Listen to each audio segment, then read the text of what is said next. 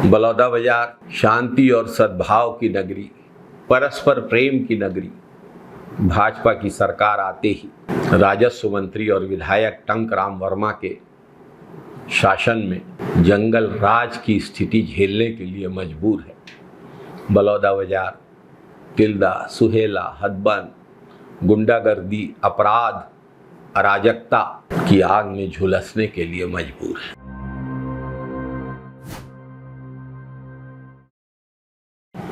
नमस्कार साथियों, तिल्दा में अधेड़ महिला की हत्या हुई, बेलटुकरी में वृद्ध महिला की हत्या हुई, चोरी की वारदातें तो बद से बदतर। शुक्रवार से नाबालिग स्कूली छात्रा लापता है, कोई जानकारी नहीं है। वाहन चोरी की घटनाएं, खेतों से बोरवेल की चोरी की घटनाएं, सरोरा के पूर्व सरपंच के सूने घर में चोरी हो रही है। चोरों का आतंक, लुटेरों का आतंक, गुंडागर्दी, मारपीट।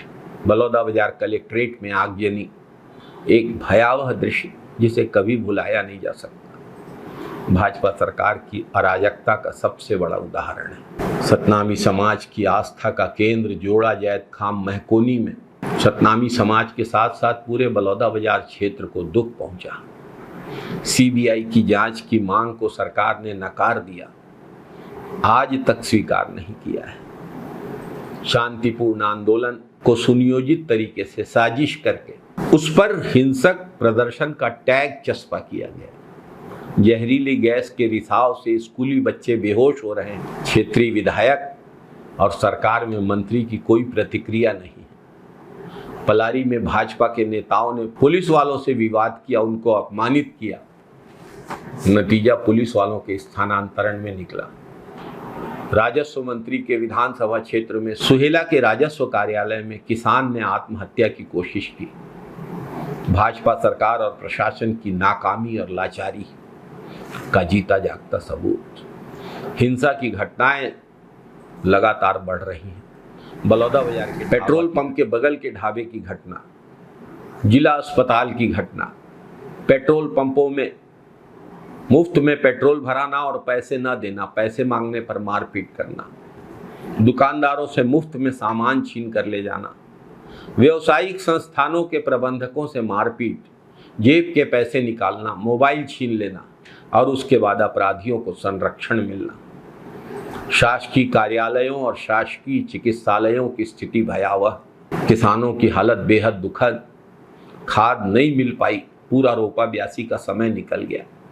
मरीज को इलाज की जगह मौत मिलती है। सर्वोच्च न्यायालय के आदेश और पर्यावरण कानून को बलाए ताक रख के सीमेंट कंपनियां किसानों की जमीनों पर, तालाबों पर, आबादी जमीन पर, यहां तक कि शासकीय कार्यालयों की भूमि पर, सिंचाई के जलाशयों पर कब्जा कर रही हैं। प्रशासन के सहयोग से और कुछ फर्जी दस्तावेजों और जानकारी के आधार पर।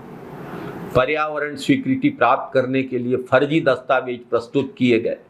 शिकायतें होने के बाद, सबूत होने के बाद कोई कार्यवाही नहीं। क्या फायदा इन सीमेंट कंपनियों से अगर बलौदाबाजार क्षेत्र वासियों के भाग्य में इन कंपनियों में रोजगार नहीं लिखा है, क्षेत्र का विकास नहीं लिखा है, अच्छी सड़कें नहीं लिखी हैं। एक बहुत बड़ी कंपनी ने कंक्रीट रोड के नाम पे फ्लाई ऐश से सड़क बना दी। सीमेंट की जगह फ्लाई ऐश बनने के बाद कुछ ही महीनों में सड़क उखड़ गई और गांव वाले फ्लाई ऐश की धूल झेलने के लिए मजबूर हैं। कंपनियों के पैसे से फार्म हाउस बन रहे हैं। किसानों की जमीनों की लूट हो रही है।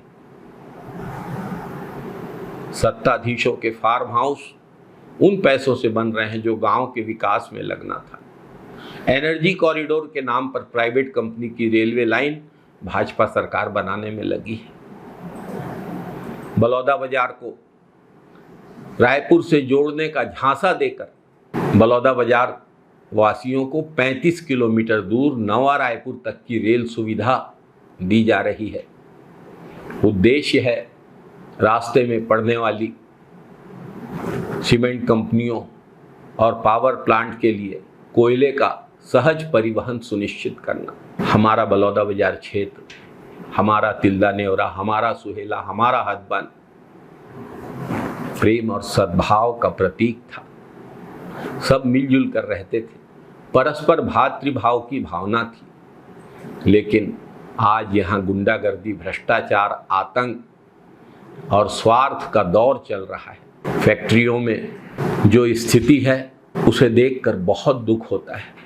बलौदाबाजार की स्थिति देखकर पीड़ा होती है। सत्ता के अहंकार में बलौदाबाजार की शांति और सद्भावना की बलि चढ़ते देख बेहद दर्द होता है। जय बलौदाबाजार, जय जय बलौदाबाजार, जय छत्तीसगढ़, जय जय छत्तीसगढ़।